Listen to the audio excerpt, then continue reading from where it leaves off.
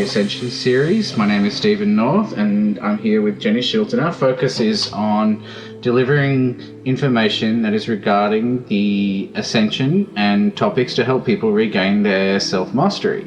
So, what I'm going to do now is introduce Jenny and get her to talk about herself. Hey, Steve.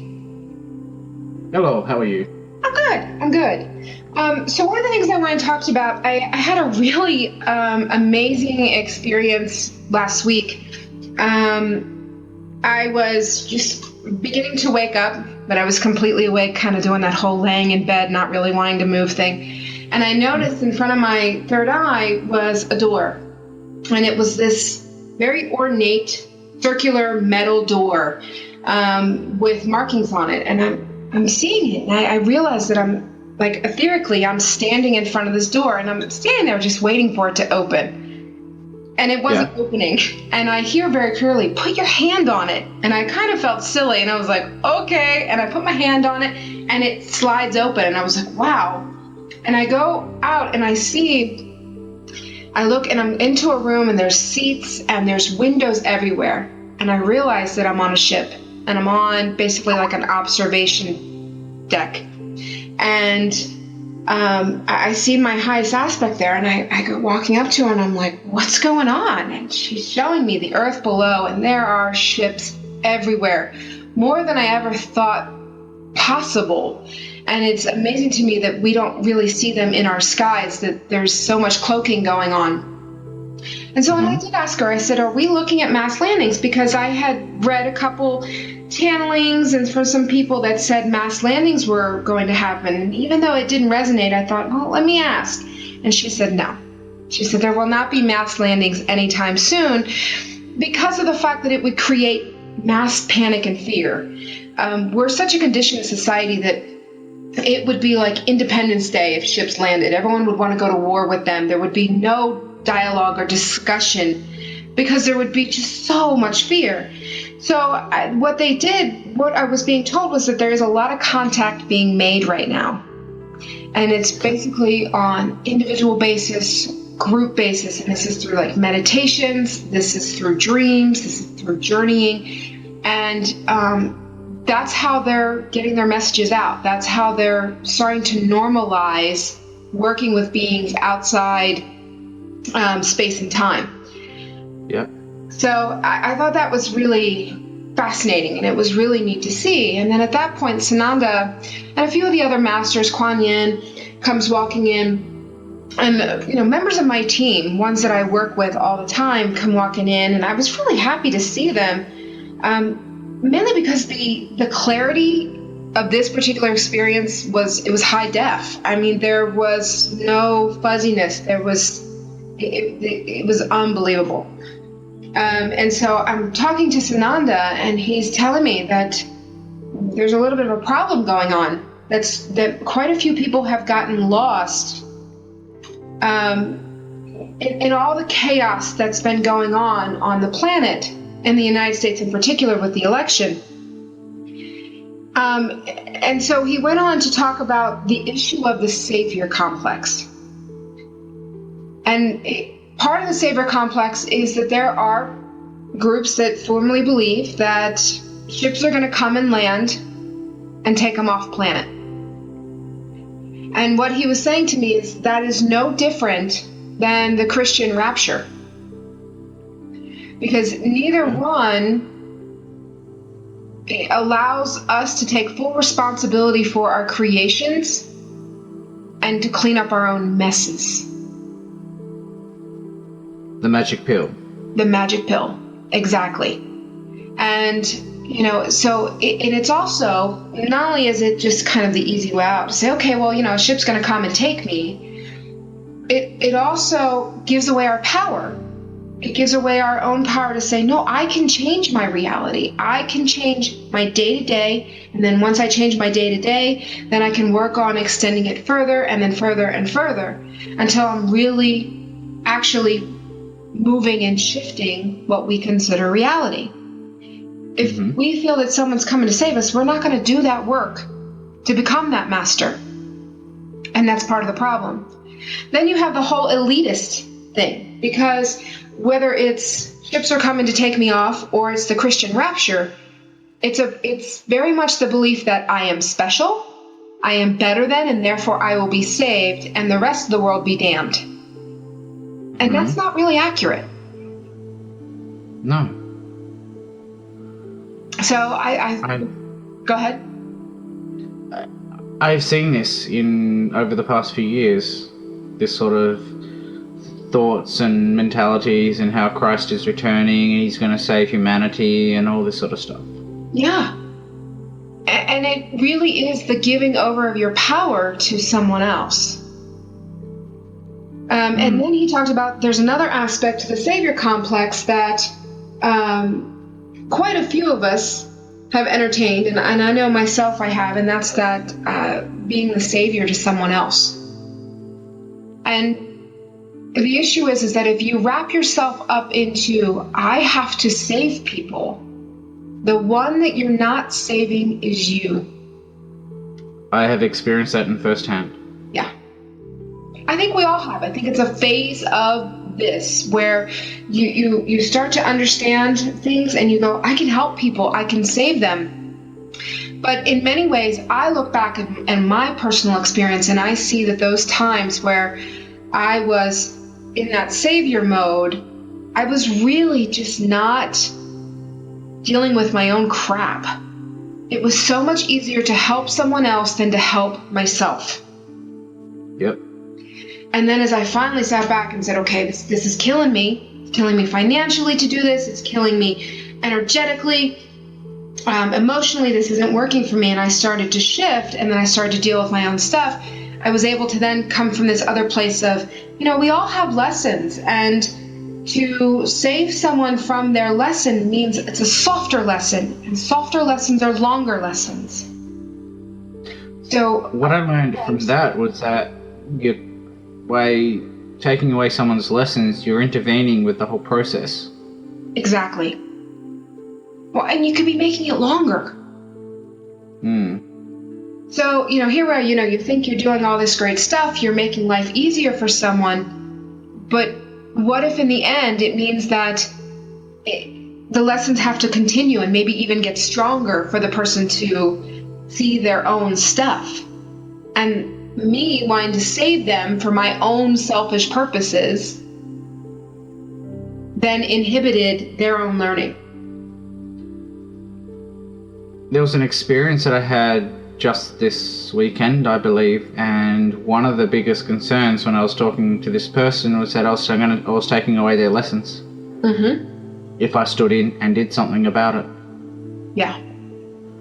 And I had to sit on the fence for quite some time because I just went, am I taking away this person's lessons, and is this person meant to do it themselves?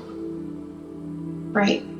And because if we view ourselves as a savior, and whether this is on a spiritual context or just, when I was doing that, it was with a neighbor.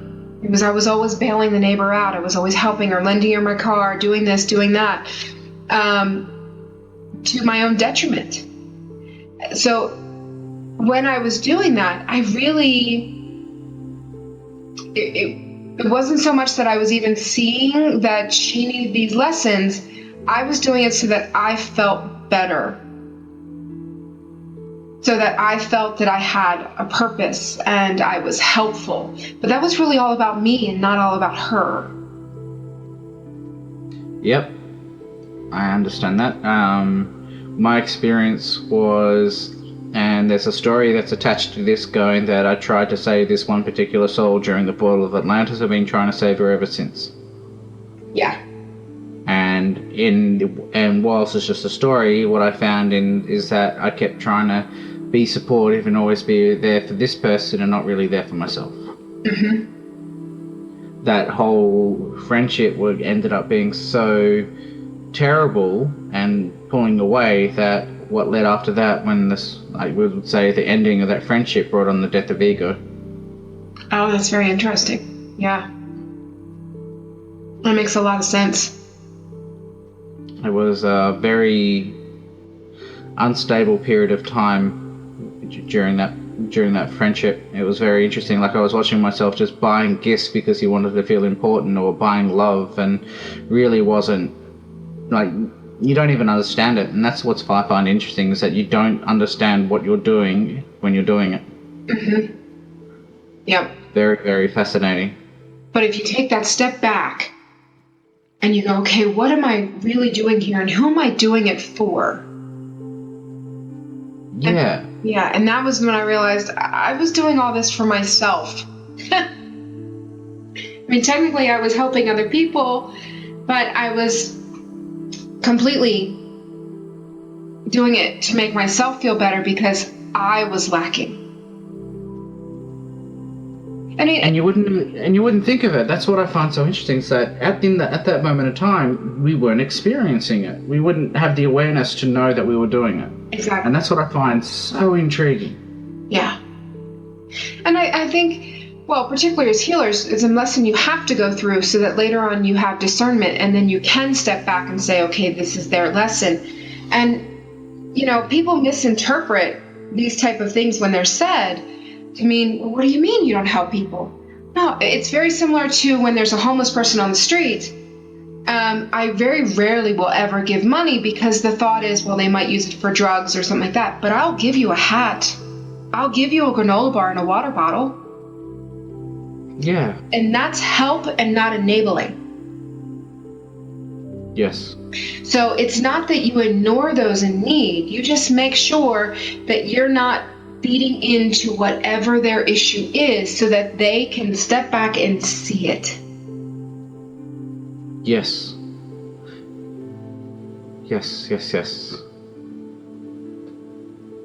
So it's really interesting to me how things are shifting, because what is being asked of us, and it's not even really that it's being asked of us, this is what we signed up for. This is the experience that we wanted, to go through this ascension process. And that has to be realized as well. Things are not being done to us, whether it's the energy phases, whether it's the density clearing, they're not being done to us. These are things that we agreed upon prior to coming in, things that we agreed upon experiencing, whether they're fun or not. But, back to the scenario with Sananda. So he's explained to me, he said, too many are getting lost in wanting to either save another or think that they're going to be saved in some way, shape, or form or capacity. And they're actually losing the path of self-mastery. Because the minute you give your power over, or you don't see the beauty in somebody else's experience, even if you don't agree with it, it's the minute you're giving your power away. And this entire process is about learning how to walk in your power in form. Mm-hmm. It's about learning to bring that soul in completely in form. Mm-hmm. So, so he was explaining to me, he said, it's a real issue. And he was saying many people got very lost in the negativity that's been floating around. It's rough out there right now. Some of the hate and the anger and the frustration is coming out in such a way that it's causing harm, and people are getting wrapped up in it. And when they're wrapped up in that, they're not working on themselves. If you're not in a place of openness and acceptance and these codes come in, you're not receiving them. Yes, true. So if you're so wrapped up in everyone is evil, this whole world is a mess, and I want off, you're not receiving everything that you're supposed to be receiving at that time. And then you start to fall behind. And then when you open yourself back up, it's like you get whammied with a tidal wave and it knocks you down. Mm-hmm. So that was part of what he was saying. He said, people need to return back to center, back to, understanding that everything that's happening now, no matter how ugly it looks, is absolutely necessary for progression forward. Things sometimes have to fall apart. Things sometimes have to get ugly. but it doesn't mean we need to get lost in it. Well, the time of greatest change is in the middle of an emotional upheaval, so it makes sense. Yeah. Yeah, absolutely. So he said to me, he said, this message needs to get out. And, when you and I talked about it and agreed to do this podcast is one way to get this message out. To help move people back to the walking in their own power, That's the really important message here, is that we have to take control of ourselves, our emotions, of our own destiny, and realize that we are literally the most important person in our own lives and how things go. It's not a president, it's not a government, it's not the banks, it's not any of that. You're the most important person. Are there factors going on out there designed to make you feel powerless? Absolutely. Yes, the distractor systems, or whatever they call it. Yeah. I mean, yes. There's a lot going on right now. And that's all of a sudden I find myself putting on more and more workshops. Like, I went from doing 1 a fortnight to doing 4 a week. Mm-hmm. I think this week we just started the deprogramming, decoding the human mind in order to try and really dig into the ego construct, or the human mind aspect, to deprogram it and move us into the God consciousness, so that we can try and make a greater impact on what's going on. Yeah, exactly. Yeah, and I'm being pushed more into the role of empowering, and so my services have changed to the point now where I'm helping people clear, and I'm activating them and to get them so that they can get to this next level and they can get over their stuff. And with that is, we talked before about the soul retrievals, getting people's parts back, because we are fractured. We are, this experience on Earth has been very difficult on us, and we do have parts that can be out and about. And here we are, we're trying to bring in a soul, but we're not completely whole. And it makes a lot of issues. And then we keep creating in our current reality scenarios to show where things are lacking. So it's really fascinating, because everything is being driven to, can we put away the mind? Can we make you whole? Can we get you empowered so that you truly see who you are, so that you can really walk in your mastery? Yeah.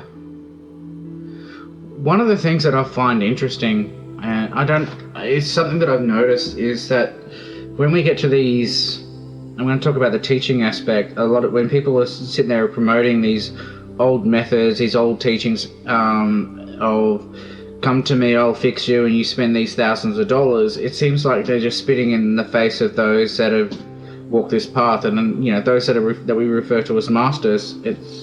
I had a discussion with someone recently, and they were forcing their opinions onto me, and I'm saying, well, no, that is not the way. It was like they were just spitting in the face.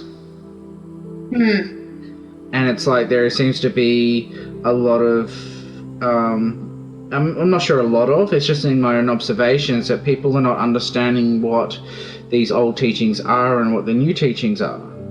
It's like they're just going, well, this is the way it's been and this is the way it will be, and you have people trying to create the revolution and they're bringing in the new information, and it's a lot more harder. Like, we can go back and look at Pharaoh Akhenaten, who had the task of bringing in the belief of one God again.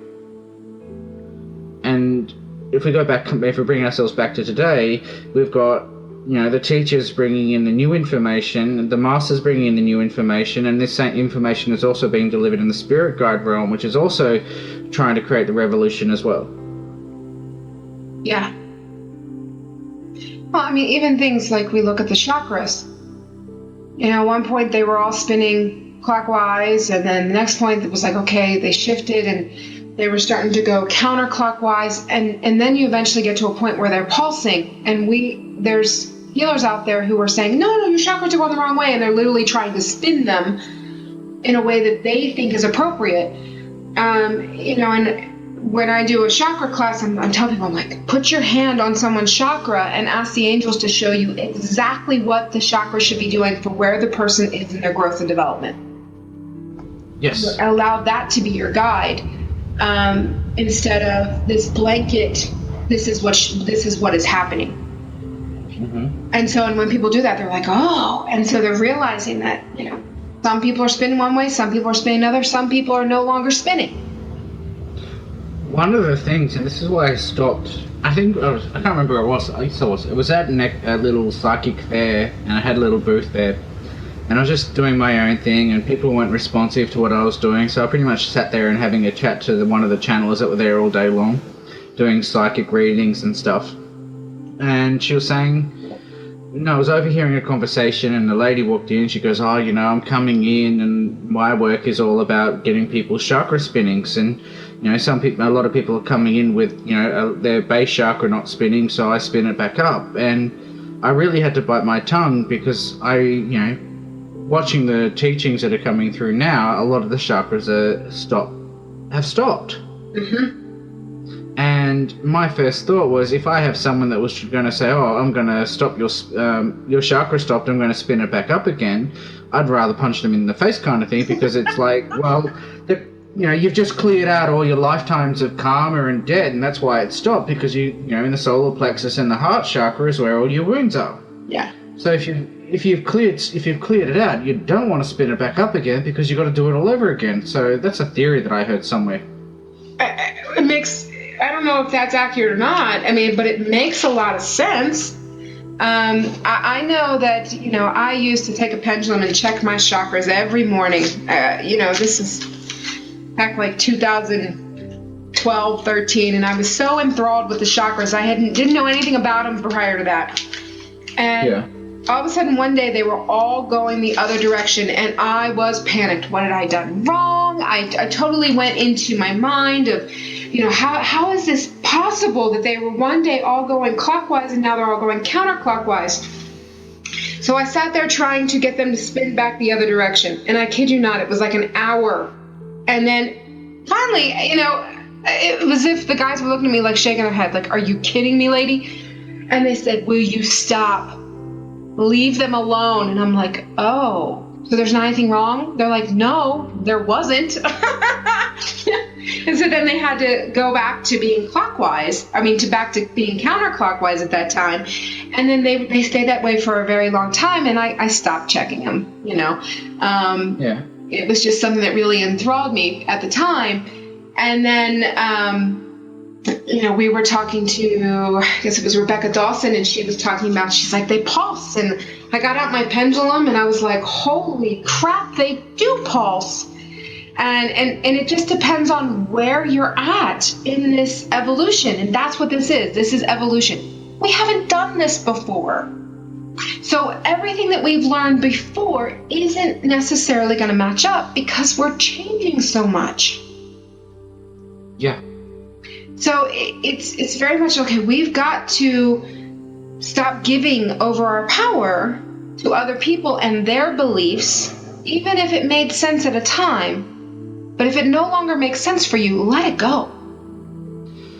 It's very interesting you say that, because my very first time that I met Rebecca Dawson, she noticed that my energy system was not kind of in alignment.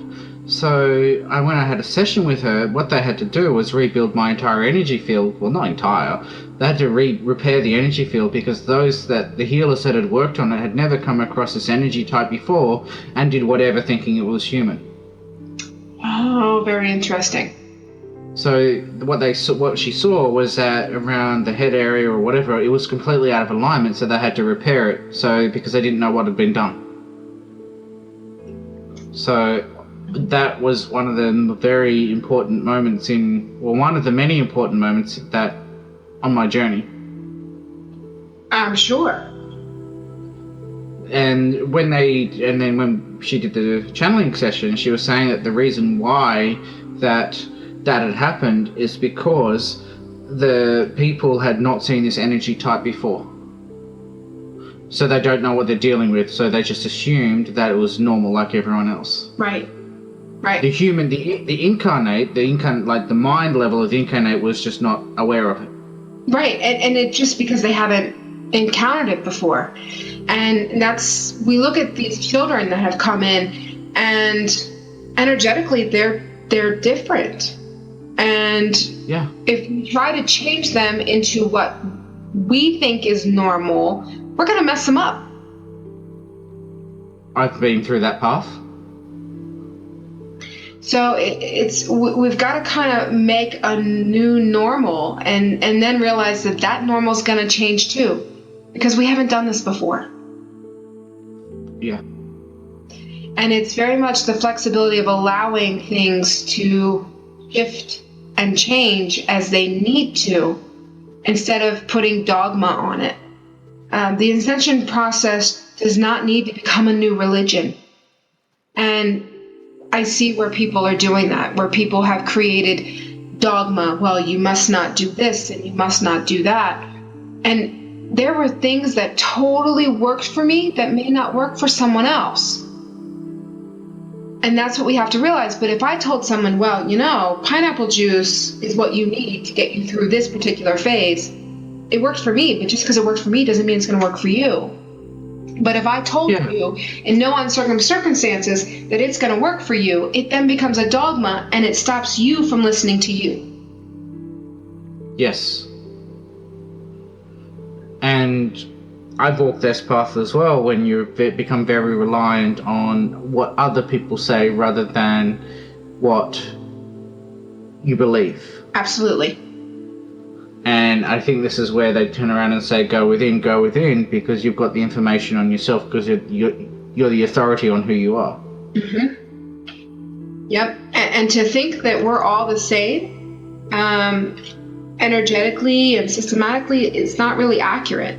We are all one. Yes, we're all expressions of Source exploring itself, but maybe we're slightly different expressions of Source.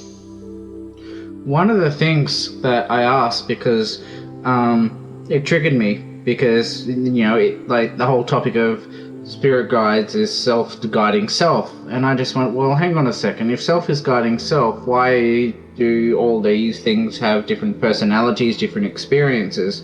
So I did a channeling session with Joy, or Jocelyn Joy, and she was with the Father God, and he was saying that it's true. And both these aspects is true, is that yes, we are all Source, and we are also, it is a case of self-guiding self, but it's like saying the Archangels are all the same, but they all have different personalities, so it is Source guiding Source, but they also have the experience of individual journeys, individual experiences, individual personalities.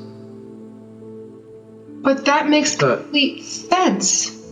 Because we're not the only ones experiencing self. So are the guides, so are the angels, so are the Galactic Federation of Light. So we all are. And I went into a meeting at one point with the Galactic Federation, and the message is we're all walking each other home. We're all on our way back to Source should we choose to go.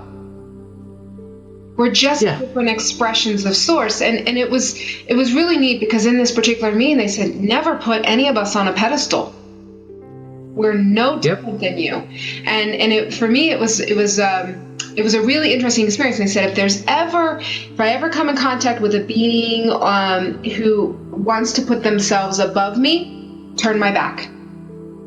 Because the ones that are really beneficial and for me are ones that don't see themselves above me. They see it as a team. We're in this together. And that's been a really important guiding lesson through my journey of learning how to channel and see and hear.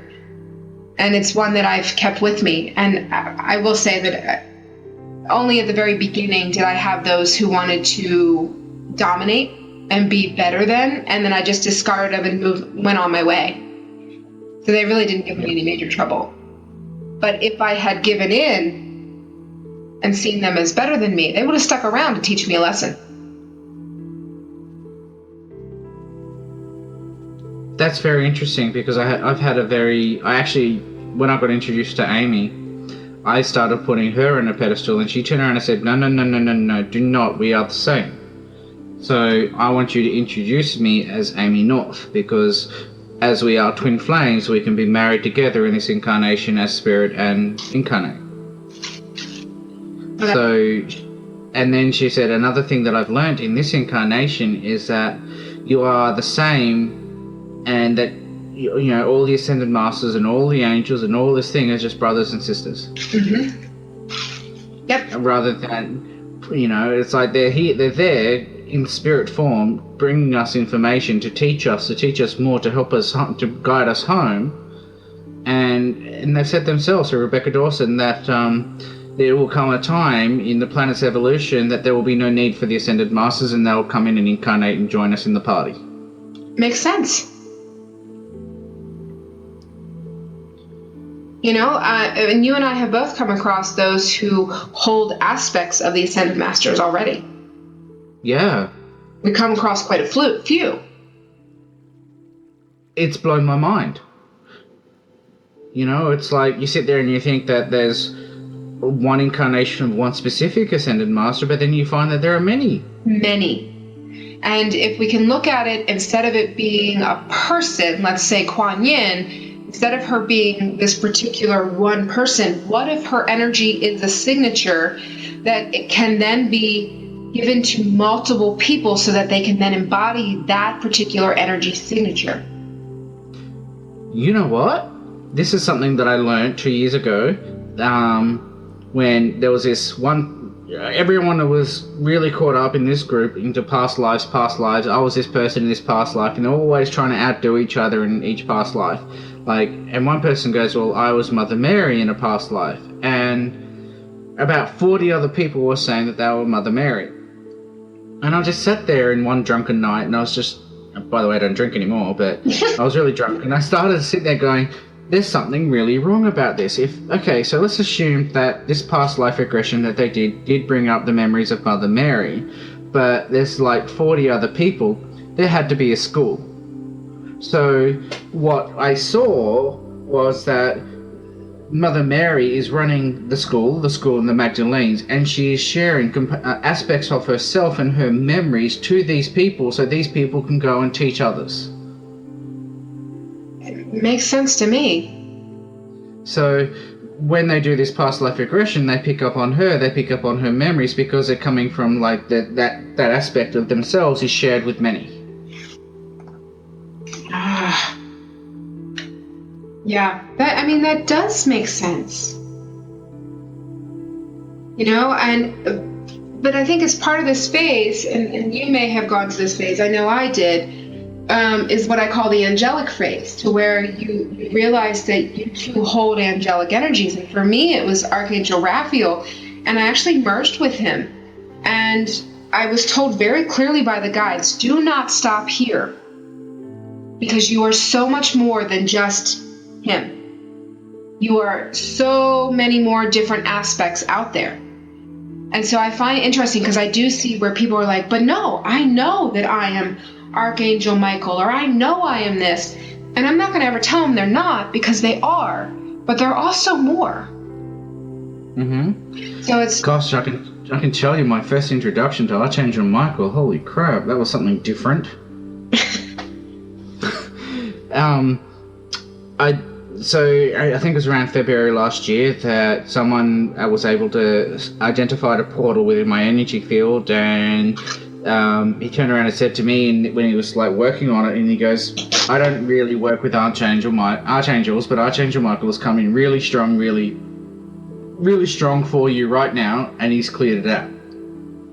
So this portal got removed from my energy field, and I was in the process of like recovering, because it was a very big shift for me. Mm-hmm. So let's just say that was on a Monday. On a Wednesday, I drive down to a Reiki share circle, and that, you know, the person who did the clearing and the person who's running this Reiki share got talking on the phone, and they put me on the spot, saying, you know, let's get Steve on the main area and get him to share what he does.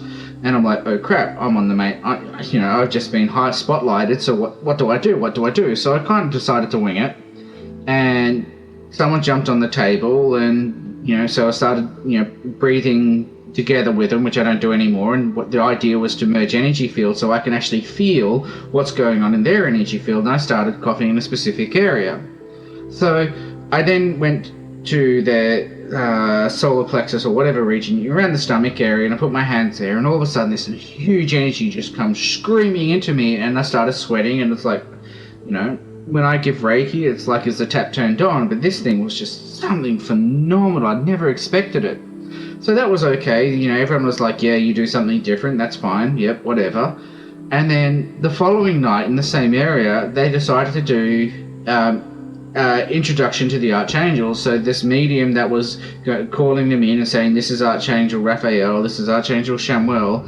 And then when she turned around and said, this is Archangel Michael, and called them in, that same energy that walked into me hit me again. And I just went, oh my gosh, you've got to be kidding me.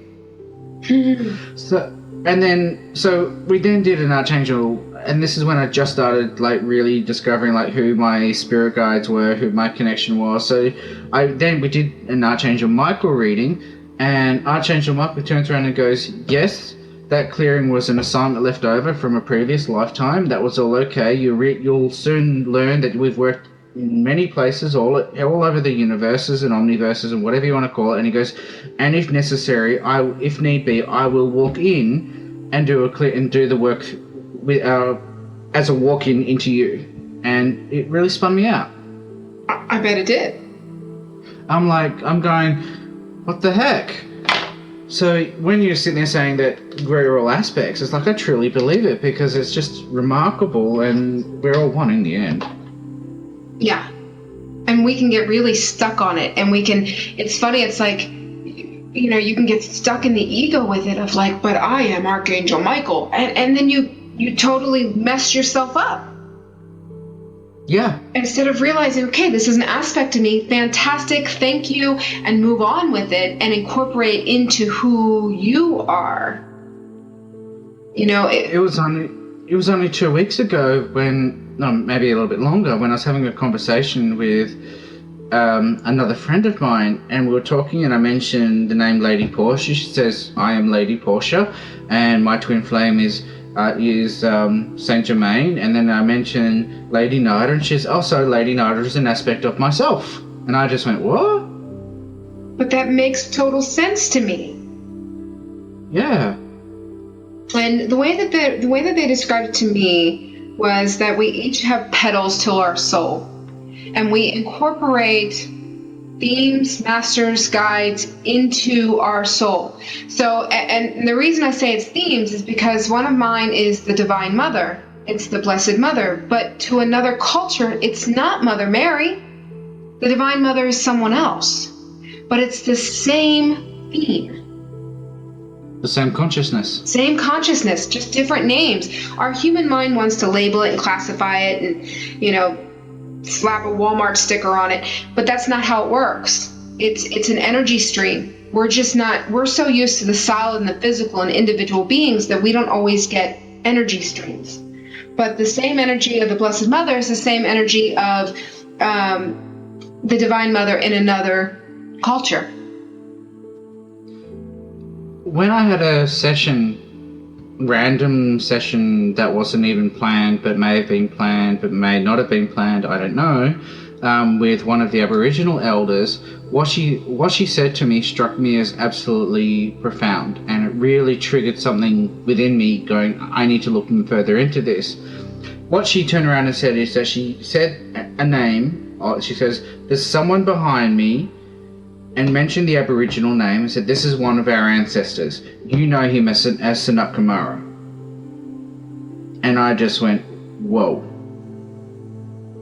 Would they have been around for the Aboriginals are the first human race on this planet, and they're the guardians, and they're referring to the Ascended Masters as the original names that the Aboriginals gave them. And that struck me as absolutely amazing. Wow. So, they just refer to them as ancestors, and that's it. Right. But that makes sense, because it's our human brain that wants to quantify and label, and the labeling creates more problems than what you could ever imagine. One of the teachings that Amy introduced me to when we were talking about spirit guides and consciousness and everything else like this is that when we create a new culture and we create new deities, the consciousness is applied, but they are given a different form. Mm-hmm. So one of the things that we look at is the Mother Mary, is that Mother Mary is Kuan Yin, is the goddess, is Red Tara, is White Tara, is Green Tara. Archangel Michael is also known as Manjushri, and it just keeps going and going and going and going. And one of the things in this Archangel Michael said, he goes, yes, Apollo is a guide for you, but what if you feel into the energy that him and I are both the same? We are the same consciousness. Right. And I'm just going, wow. Everything is just so simple. It's all the same. And I reckon if we apply the doTERRA multi-level marketing scheme, it just goes back into oneness. We're all part of a multi-level marketing scheme.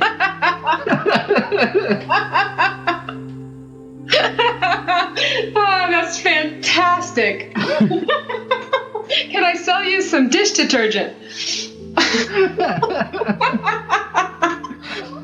But it's all wisdom and knowledge. It just keeps going back and back and back to the one air, to the one consciousness. And it's like we're just trading in wisdom.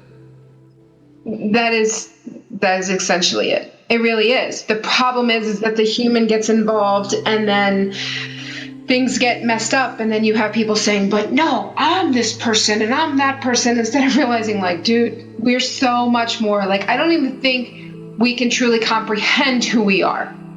I don't think we have that ability at this point in time to see our complete vastness. I've been told something by Rebecca Dawson, which I'm not going to mention here, and she goes, oh my gosh, I've not seen this much light before. And she goes, you have the soul blueprint of XYZ. So I go to Amy and I said, what do you think of using this, the reference point of XYZ in our marketing, in our advertising? You know, to kind of try and say, you know, we've got this is our credibility, or because everyone wants credibility or something, you know, the what's your bragging rights kind of thing. And Amy goes, I really like that idea, but it's very limiting. Mm-hmm. So don't. And I'm like, exactly. Wow. They had said to me, they said, you know, I'm kind of going, I could feel, I knew I'm changing. I'm still changing. The work that I'm doing now, because it used to be I just did readings. And then now I'm doing extractions, activations, clearing of past lives, and I'm doing the soul retrievals. And I'm like, I was talking to them and I'm saying, I'm changing and I don't know how to classify myself. And they just kept saying, stop trying.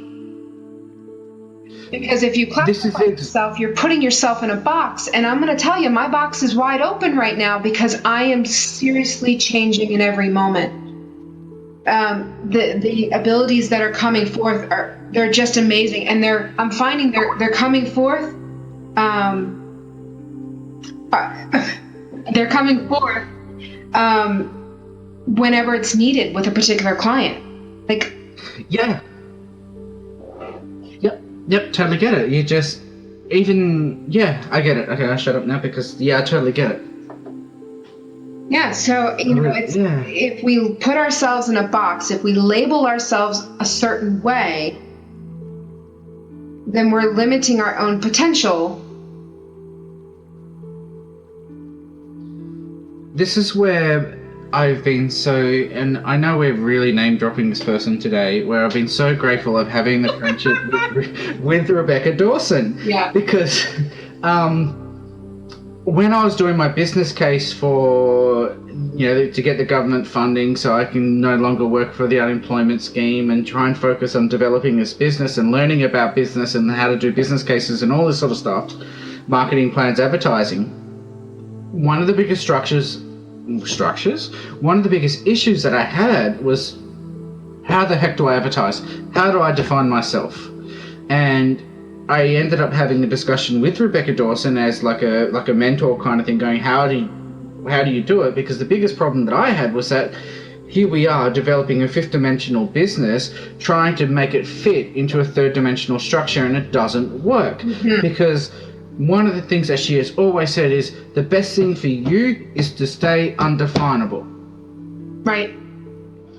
Because the moment you start trying to define something, the moment you start putting limitations on what you do. And that makes total sense. And we've totally gotten off topic of like the savior complex, which is what you and I do all the time, and that just makes us wonderful. But if you think about it, we can wrap that back around, because if we're limiting ourselves, whether it's in our own definitions and what we're accepting in, we're not walking in our full power. And if we're not walking in our full power, we can give our power to someone else. Yes. So it's really interesting, because I think it's phases of awakening, to be honest with you. And I can see where at one point in time I labeled myself a certain way, and how none of that fits anymore. One of the things that I started doing is that when people ask me, what is it that you do? I reply with, I don't know, but I'm Stephen North. Right? I don't know what I do.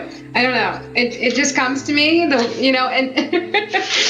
but there's so much truth to that, because when you are the channel, when you are the ones that the guides can work through, whether it's doing, etheric healings, or whether it's, working on to get some divine information for a person, you are simply the channel. Yeah, and one of the things that I have discovered is that generally I find out what I'm doing about 6 months after I've been doing it. Like, here we are, and we're talking about, like, the microphone to the universe crystal, and it's like 6 months after I've been doing them that I realize that they have their own torus field. Right. And I'm like going, oh, this makes sense, because my entire concept was put something spinning in the middle, funnel in, funnel out, done. And then I look at it and go, oh, that's a torus field. Whoops. Right. So, it's very much winging it by the seat of your pants. Yeah, and we don't need to define ourselves, so we don't need to give our power away. We just need to have fun and explore. Right. And what really, and this is going back to those that are giving their power away, is because I've done it as well. You see this person that's advertising this greatest healer, the world's greatest, strongest, most powerful healer, and you can have a session with them for something like $7,000 and he'll fix you up. He'll fix you good for, in 1 to 3 sessions. He'll cure all your conditions and cure all this stuff so you can have your life. So you throw them this money, and it's like, I got nothing. And all I saw was that I just had a major lesson in trying to find a magic pill. Mm-hmm. Well, it's the same thing like with soul retrievals. So, I can bring back a person's parts. I can go into the realms, I can get the parts, I can blow them back into the person's heart and crown chakra. But I can't make one of those aspects stay. So if you're someone who a childhood piece left because there was domestic violence in the home, and that piece just couldn't handle the noise, and most of us as children couldn't handle the intensity of this earth. Most of us have childhood pieces that just kind of said, forget this place, and split off. So, but let's say, this piece left because mom and dad were at each other's throats and there was domestic violence in the home. But in your life now, you've created a very similar situation in your home. If I try to bring back that child to you, I can tell you right now, if I was the kid, I wouldn't stay, because nothing has changed. So interesting. The thing is that people have to realize that they have to do the work. So, one of my pieces, kind of split off because it didn't feel loved. It didn't feel appreciated. It was one of my 30-year-old pieces, actually. It was, after a car accident and feeling like it was a burden on my entire family. This piece just said to me, she said, I just don't want to be a burden. I don't want to love. I just want to be loved. And I don't want to hold my family down. And it's so funny because I remember at that stage really feeling that. And at that time, a piece split off. The piece that was saying, I don't want to continue life as a burden because I hadn't been prior to that. And that piece said, forget it. I don't want to be a burden. I'm splitting off. And then I continued on in my healing, my own healing process. So when I had my own soul retrieval and this piece had to come home, I had to work with that piece and be like, you're not a burden. And my husband and I, we went hiking, and it was a little bit adventurous of a hike for me. And he literally had to hold my hand the entire time, like I was an invalid, as I had a walking stick, and he's holding my hand, and I was unstable. And it was so funny. It was the thoughts came back of, I'm a burden. This is ridiculous. I'm inhibiting my husband and my little one from having a great hike. And I had to stop it and be like, no. You're not going there. You're not going into the victimhood and the blaming. You're going to go into, holy shit, you're doing this hike. Mm-hmm. And so then it allowed the piece to settle. So my point of all this is people want the magic pill, but they don't want the hard work. Yep. And true healers, And actually, yeah, go, Sarge, go.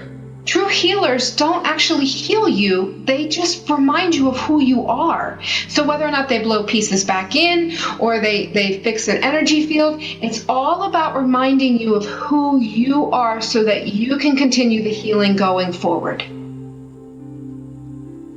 Yes. And there are no magic pills. No. Be nice if there was. I'd take like 5. I'd OD. But what would happen if you had the magic pill? What would life mean to you if you were this perfectly healed person and everything around you wasn't? I don't know, it's a good question.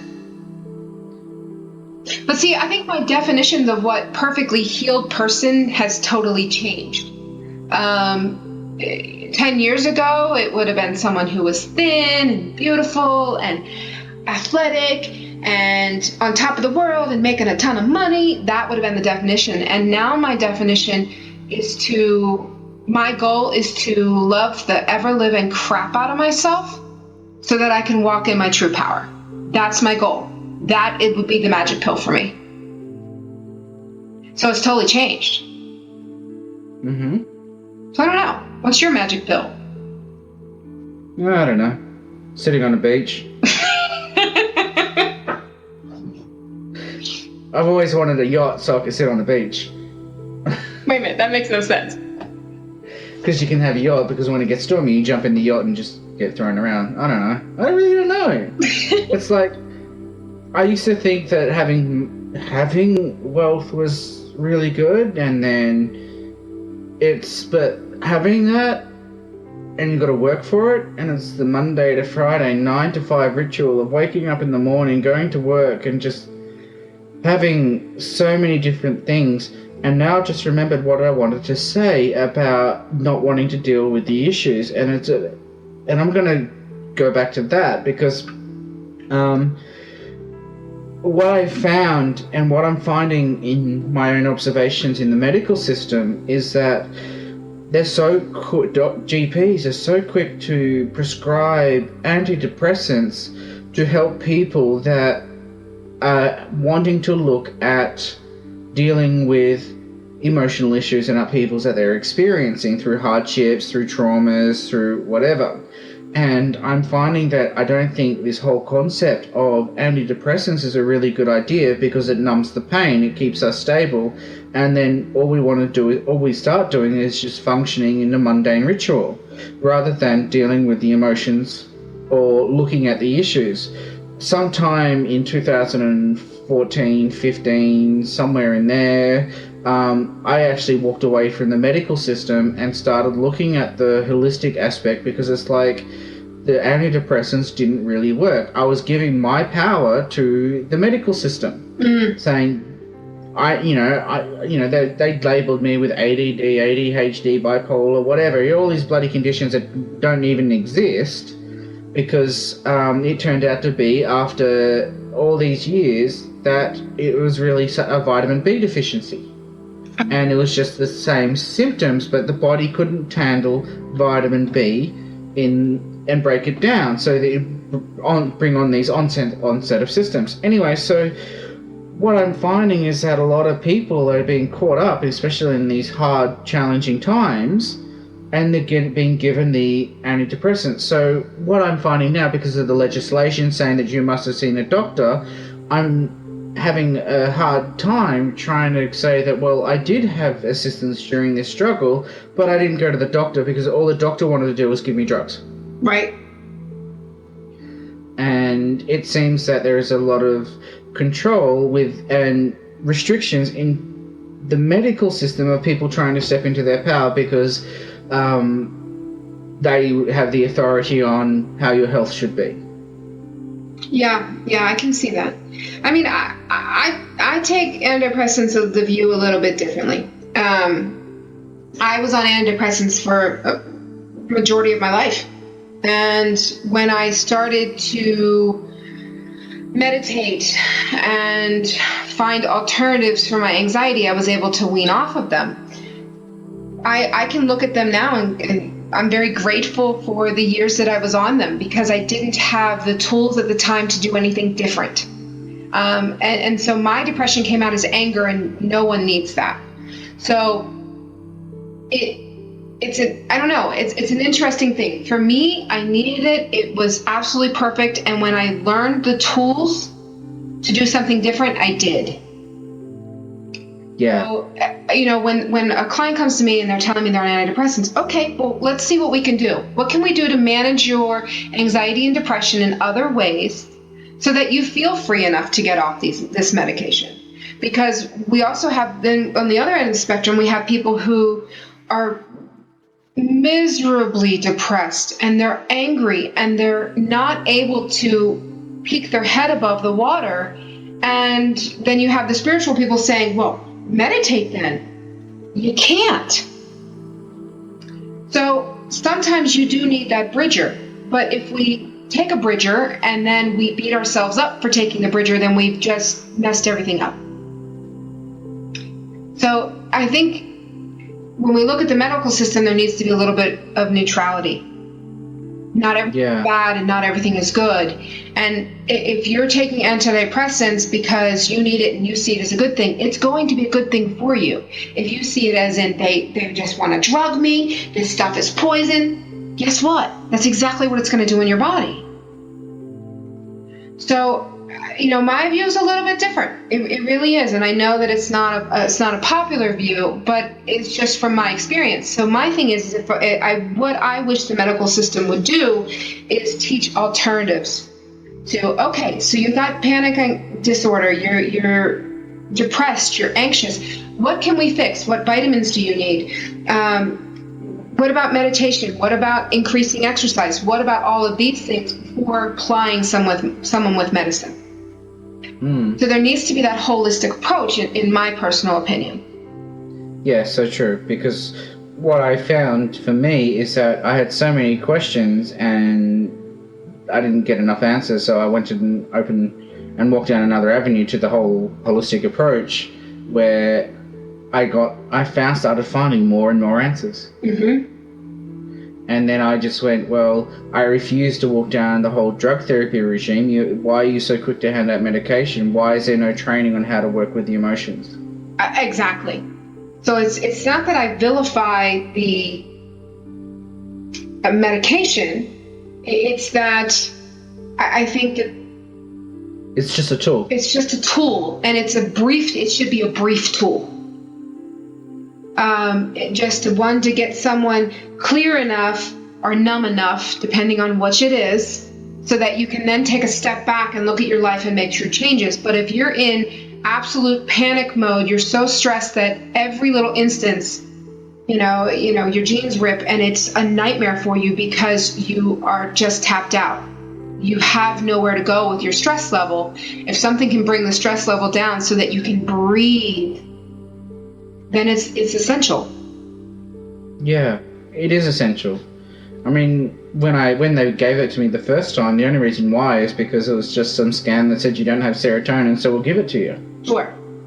Yep. And then it's just like everything after that was just weird. I don't really remember much, but when the doctor tried to give it to me this time, I was like, no. If I'm feeling depressed, let's dig in. Yes. Yep. Let's find the root cause so that we can deal with it rather than trying to run away, like alcoholism and going to, like, I really wanted to do the work this time. Right.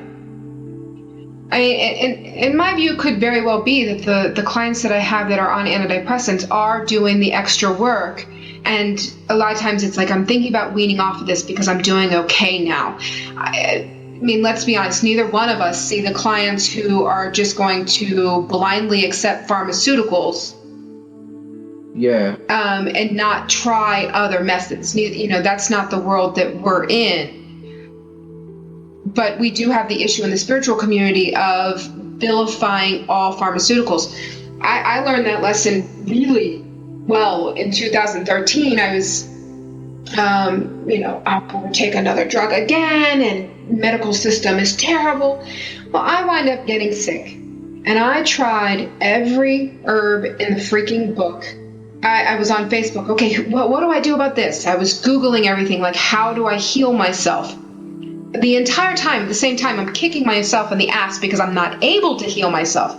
Well, finally, after a month, my husband threatens me. He said, look, if you don't get yourself to a doctor, I'm taking you to the ER.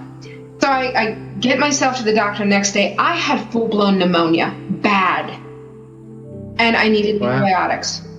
And I mean, it had just, at this point, it was sinus and ears, it was in the chest, it was deep in the lower lobes of the lungs, and a course of antibiotics, and it straightened me right up.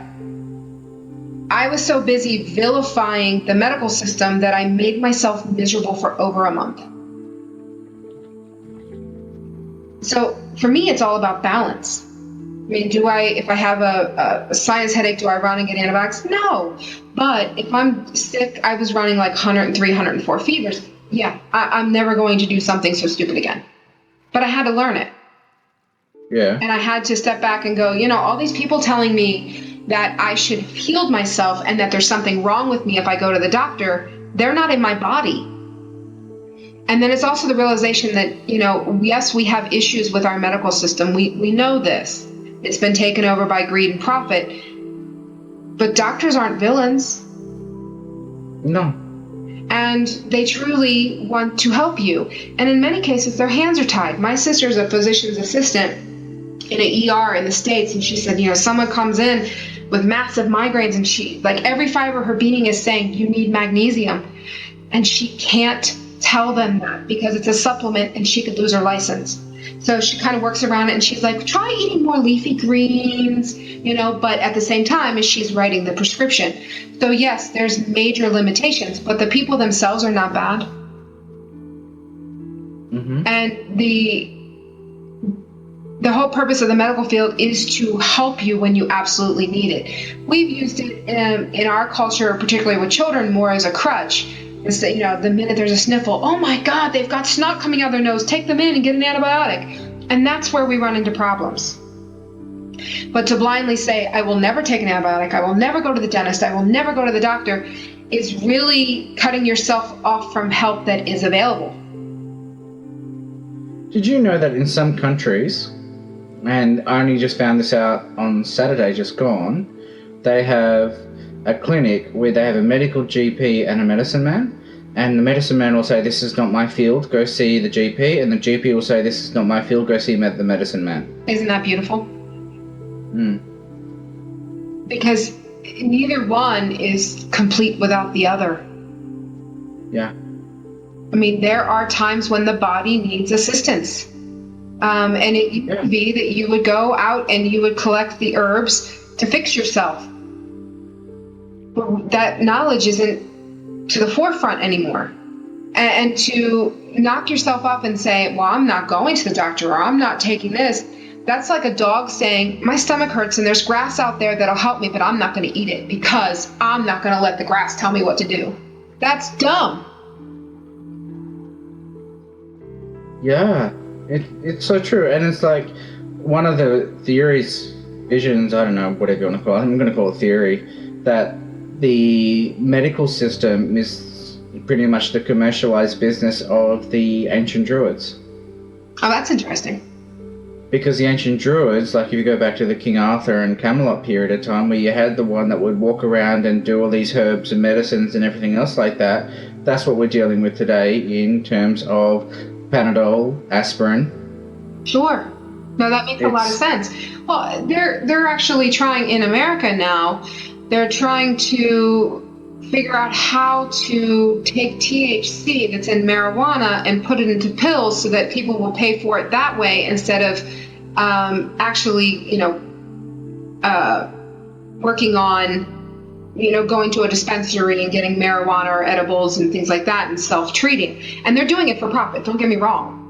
Absolutely. They're like, wait a minute, there's a whole population of people that are no longer taking pharmaceuticals because they're using marijuana to treat things and they want in on that money game. So yeah, is there greed? Is there some in the medical community? Absolutely.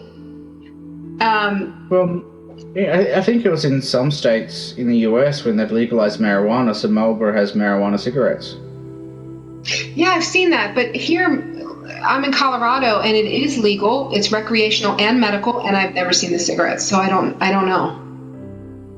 Yeah, I just saw a picture one day. I'm like, oh, cool. Well, and it's very much like the magic mushrooms. Some countries have shown that to give someone magic mushrooms if they have severe depression, all of a sudden it snaps them out of it, and they may only need to do it once every 6 months. So now you've got pharmaceutical makers that are trying to tap into whatever the chemical compound is that helps with the depression so that they can sell it to you in a pill. So I mean, we've got a lot of interesting stuff going on. But the whole entire thing is balance. It's just balance. And we can't totally vilify anything because I gotta tell you, if somebody's really struggling and they can't see past their own nose, and for a healer to say, well, you need to meditate and you need to go walk in nature, and they can't get out of bed, to then say, well, if you take that pill, something's wrong with you, is cruel. And this is where we're going back into the discernment topic, because there are people that are running around saying that stuff. Yeah. I mean, I wouldn't go to a Reiki master for a heart surgery, that's for sure. Exactly. Yep. So, and this is the whole topic of discernment, where people need to really trust themselves, and we need to teach people on how to discern their own information.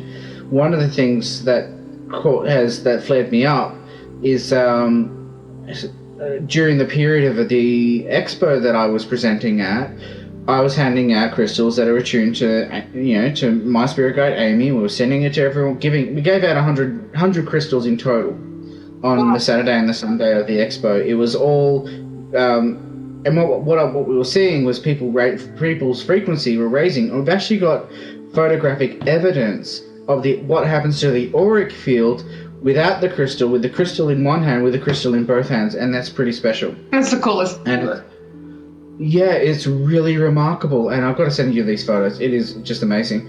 But once someone turned around, and this is someone who runs his own teaching school in somewhere else, from what I understand. I didn't comment on him. I don't know him, so I don't know. But one of my friends shared it to me and said that what is happening is that people are running around saying, do not accept crystals from people that are handing them out as gifts because they are cursed with black magic and dark forces and blah, blah, blah, blah, blah. And I really wanted to respond to this and saying, well, no, you've got to teach the people discernment, because whilst if we're saying that what you were saying is true, you also got those that are running around with their masters and their cellos handing out crystals as well that are attuned to the higher frequency. So if you're going to turn around and say, do not take these crystals, and someone's turned up and has got an ascended master that's incarnated or whatever it is, handing out a crystal to you, that person is going to turn around and not take it because of some other issue that you've created, and that could have been the difference between shifting the frequency of that incarnate and not. Right. No, that's so when I wrote that comment in just our little group chat, a friend of mine actually copied it and sent it to that other person, and that person deleted that post.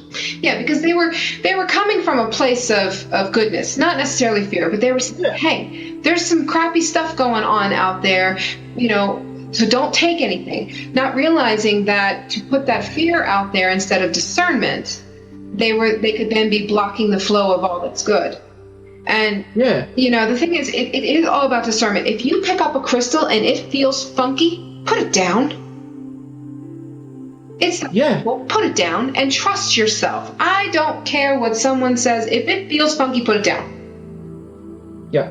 If someone... You'll probably... One of the things that you'll find is that when you look at a crystal and it feels funky, don't pick it up. Yeah. Yep. And what was interesting is that after that, like I knew that the person was coming from a place of love and kindness, but there are two aspects to every story. Sure. And then he removed that post, and then 2 days later, someone else shared pretty much something very similar, and I just went, oh my gosh, this is getting bigger and bigger and bigger. And to listen to someone who's posting that don't take these crystals, or don't take these antibiotics, or don't go to this healer, or don't do this. If you listen without checking in with your own self, you just gave away your power. Yeah.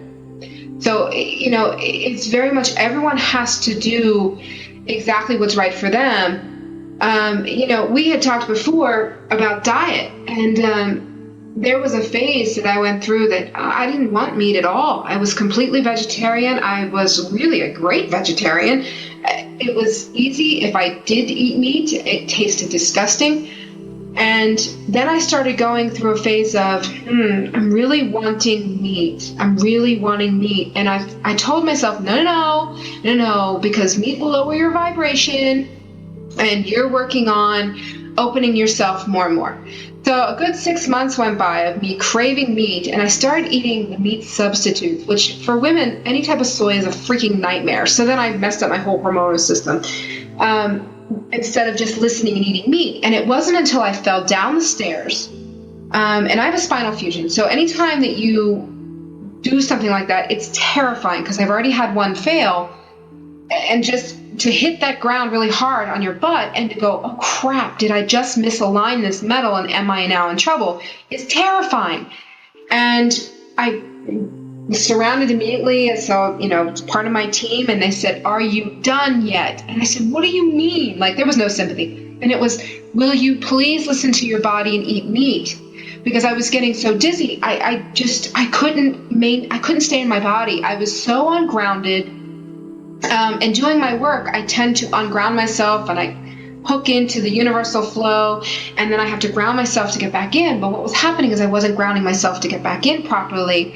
It was as if the frequency was getting so high in my body, I just couldn't stay in. And what year was this? The falling down the stairs was beginning of 2016. Okay. The vegetarian was 2014. That makes a lot of sense.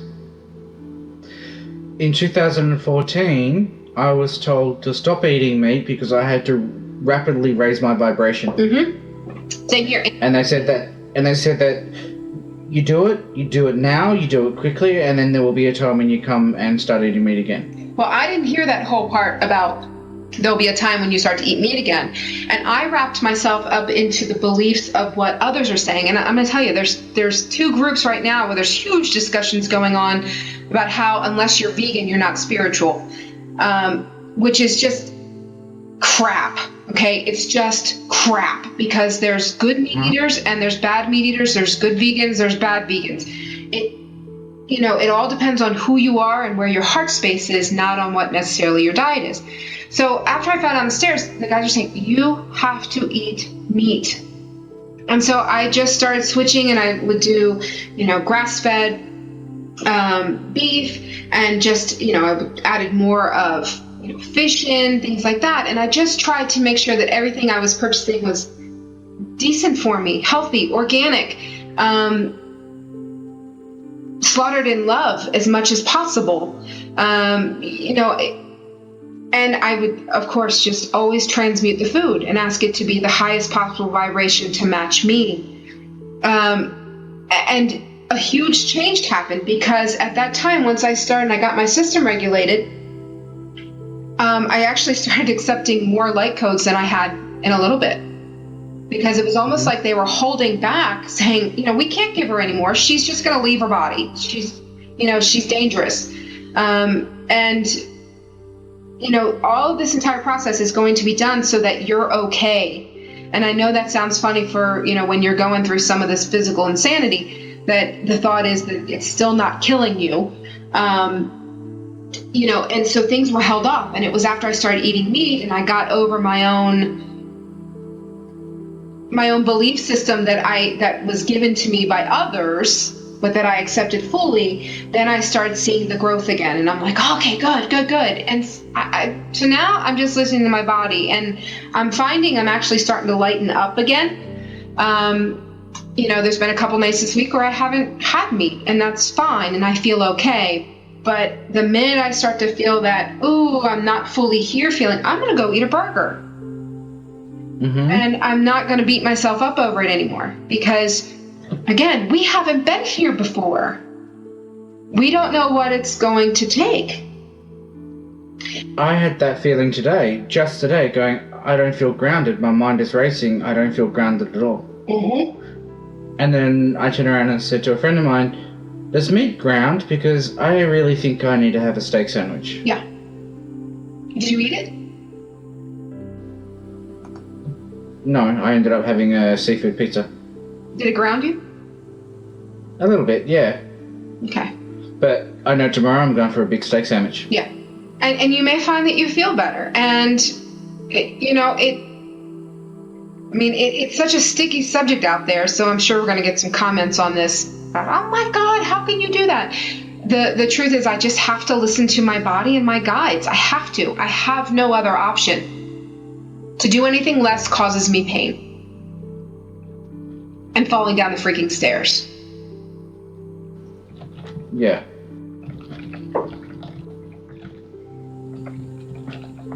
Totally get it. So I really think that this whole discernment is very, very important. I do too. And but that discernment, we use the word discernment, but isn't it really just walking in your own power? Yes, it's trusting your own instincts and not having to rely on others. Yeah. And that's a big lesson in itself. Yeah. And it's so funny. I have so many healers that will come to me, and they're always like, I really should be trusting my own guidance. And I tell people, I'm like, I go to people too. And it's not that I don't trust my guidance, but sometimes I just want validation for what I am getting to make sure I'm seeing the forest for the trees. Sometimes some of my interpretation to my own personal life isn't 100% accurate. And then somebody can say, well, have you considered this? And then I check what they're saying against my own system and go, yeah, you're right. Or no, that's not it. And so it's not so much that you have to isolate yourself and not talk to others. It's that you realize you're the authority at the end of the day. Yeah. There's only, yeah, that's so true. And I have experienced that this week as well. Well, and it's funny because I've got 3 kids and I'm a nosy mom and I want to know what's going on. And there have been times that the guides have said to me, it is none of your business. I'm like, oh, come on. And so sometimes if I'm really concerned about my kids, I hook up with somebody I really like how they work, and I ask questions, and generally the responses are so vague. If I'm asking about one of my daughters, it's like their path is perfect and they're going to be okay. And even though it doesn't answer my questions per se, it's enough to calm me to the point where I'm like, okay, all right. And it kind of calms that whole human mom thing, because being a mom is one of my most human things that I do. I mean, after this, I got to go pick up a couple kids for a play date. In the last session that Rebecca Dawson gave, she was saying that when it comes to children, let them be children, and you just focus on you. Yeah. Yeah. One of the things that Amy says is that even if we're an adult, let's just all be big children, because for some reason we get caught up in the hype of thinking that we need to grow up, and by growing up we must have debt. Yes. Yep. And that we must not have fun anymore, too. Yeah. Yeah. And so I love being a very big kid.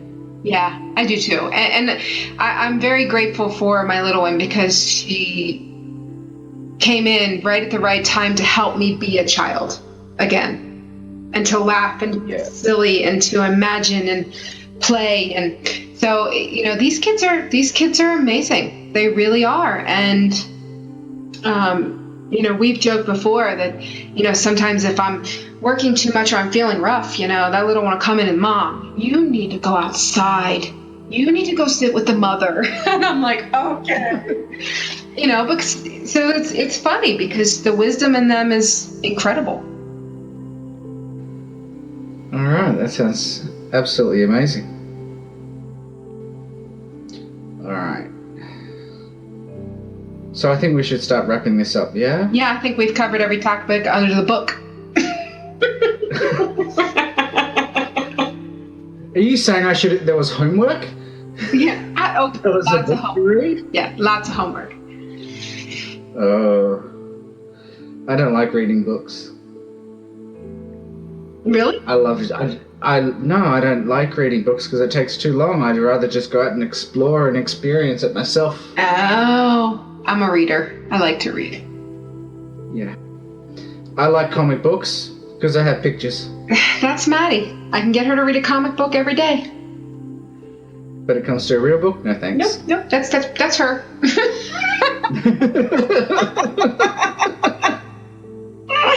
Yep.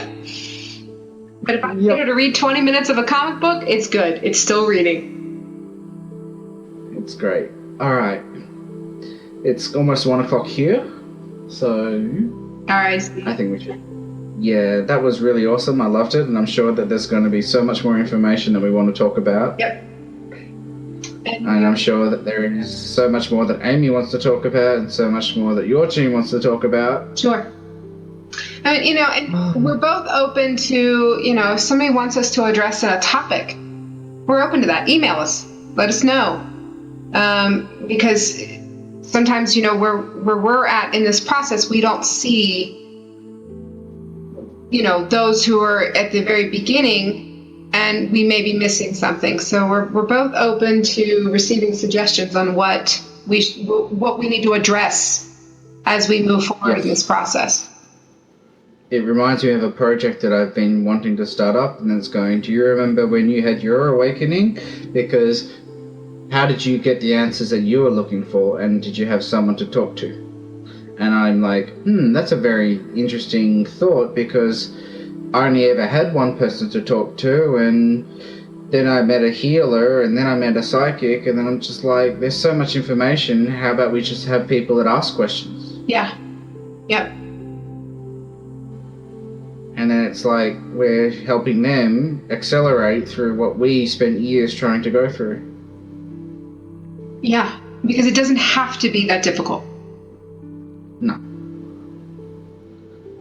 We've walked it, we've found the tools, so we can share it. Exactly.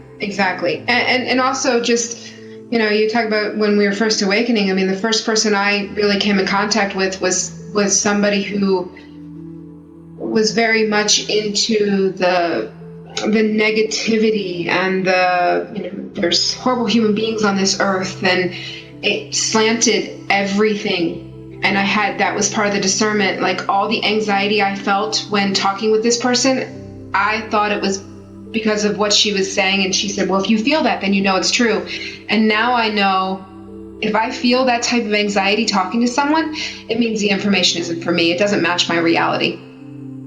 But it took me quite a bit to learn. And I spent a year really believing that the world was getting ready to end and 7 billion people were getting ready to die with the pole shifts. And I went really far into that and was miserable. And you don't receive divine guidance when you are miserable. It's not that they can't connect with you, it's that you may not hear properly. Everything is through a filter of pain. Okay, yes, that's true. Okay, so this is something that Amy has taught me. The reason why you do not get as much assistance is because during that process you have the greatest opportunity to change, and a spirit guide cannot intervene because it's considered intervention, and it takes the free will away from the incarnate. So the only things that can get through in that upheaval, when there's all these cobwebs and energy shifts going on within the auric field, are the archangels and the ascended masters, and that's it. Oh, very interesting. So when you're going through these traumatic experience, tough times, the spirit guide cannot communicate because of the disruption within the energy fields.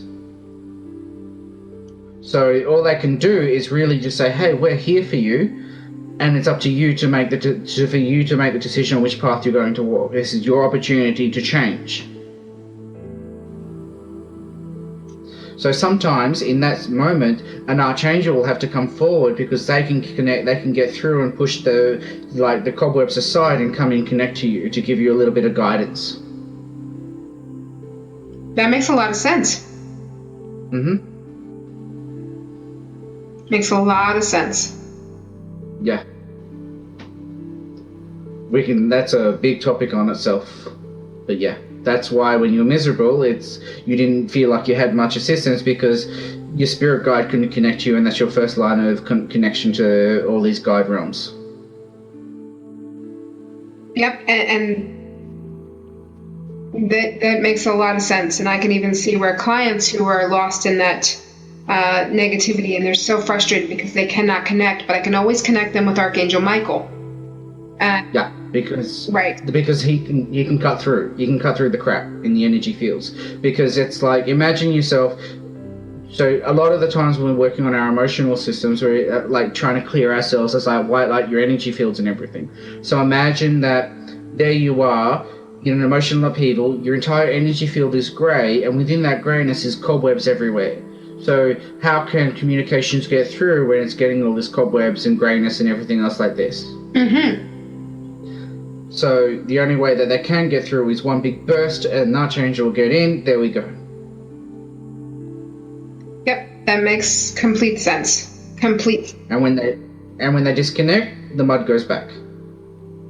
Mm-hmm. Because it's up to the person to make a decision as to where they're going to take their life. It's the greatest opportunity for change. So that is why emotional upheaval is one of the greatest things that you can ever experience, because it's life-changing. Yeah, it just stinks while you're going through it. And that is how it was during the middle of an emotional upheaval is how I created the heart activation music.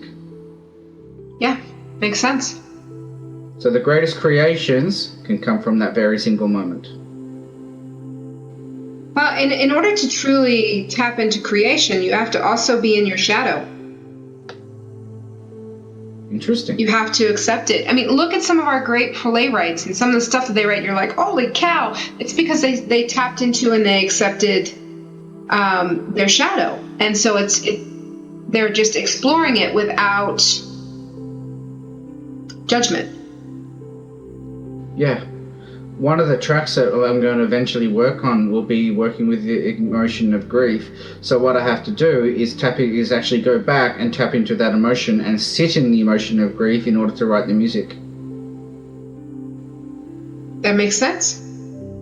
So that way you can then build it up and go from the feeling of grief, because when you're grieving, you want to have that emotion explored, and then you slowly build it up into happiness. And that way you can work with the emotion, and the emotion goes with the music. Well, and it's also a good way to release it as well. Yeah. So, very interesting stuff. I don't want to experience the grief, but I want to jump back into the emotion of it. Well, you might be able to jump back into it as the point of the observer without attaching to it. Yeah, I love that idea. All right, Steve. Because I've experienced. Fantastic. Yes, it has been. I love it. Let's do it again. All right, sounds good.